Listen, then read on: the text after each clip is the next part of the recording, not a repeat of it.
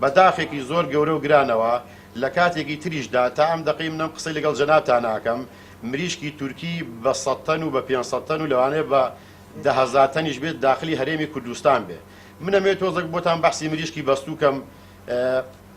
مریشکێک لە دەواجینەکەی 250 دینار خێرکە بەڕاد و گومرێک 400-500 دیناری بوێ، کابرای توجاری سلێمانی و هەولێر 300 دیناری بوێ. من مارکێتی ڕەفیق هەیە داوام لێ کردووە کە پێم بڵێ مریشکی بەستوو چەند خێرە لە 700 دینار بۆ 500 دینار خێرەکە، واتە مریشکێکی تورکی هەتا گاتە هەرێمی کوردستان 100-0 بە بەلاژەکەوێ. معنای وایە ئەمە خەلەل هەیە، ئەمە خەلەل هەیە.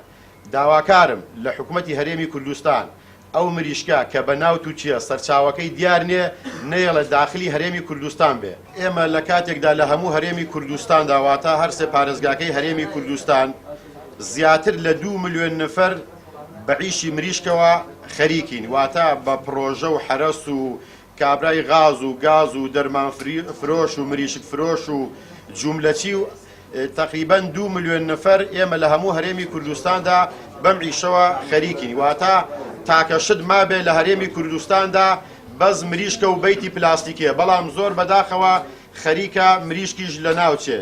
من داواکاریم لە حکوومەتی هەرێمی کوردستان هەیە، حکوومەتی هەرێمی کوردستان با 2 ملیۆن نەفەر لە ناو نەچێ، تکاتان لێکین با 5 دقە بتان بینین، 5 دقە دنیا وێران نابێ، با هەموو کێشە و مەشاکیلەکانی خۆمان بکەینە بەردەستان.